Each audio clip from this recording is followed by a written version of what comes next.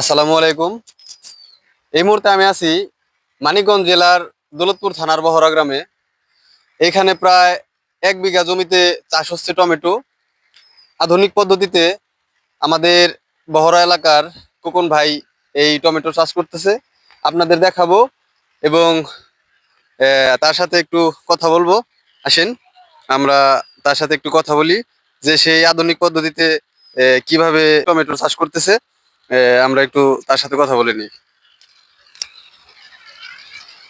আসসালামু আলাইকুম। ওয়ালাইকুম আসসালাম। ভালো আছেন? আলহামদুলিল্লাহ, আল্লাহ রাখছে ভালো। তো আপনি এই পলিথিন ই করে যে যে এটা এখানে কি চাষ করতেছেন? এটা মালথিং দিয়ে দিতেছি, টমেটো ক্ষেত করতেছি। টমেটো চাষ টমেটো চাষ না? ভালো ফলনের জন্য। রোগ ব্যাধি আসবে না, বালাই আসবে না, বৃষ্টি বাদলে ক্ষতি করতে পারবে না। তো প্রচুর ব্যয়বহুল টমেটো চাষ। অনেক ব্যয়বহুল, আবার ইনকামও আসবে। যে সময় আসবে সেই সময় অনেক টাকা আসবে। এর আগে কি আপনি কখনো এই টমেটো চাষ করেছেন না? এই না প্রথম? না, টমেটো চাষ করছি, মানে যে মালথিং দিয়ে করি না, মালথিং দিয়ে এখনই প্রথম। এই মালচিং পদ্ধতিতে আপনি প্রথম চাষ করতেছেন। ও, আপনারা শুনতে পেলেন সেই এই পুরা 1 বিঘা জমিতে এবার প্রথমেই এই মালচিং পদ্ধতিতে টমেটো চাষ করতেছে।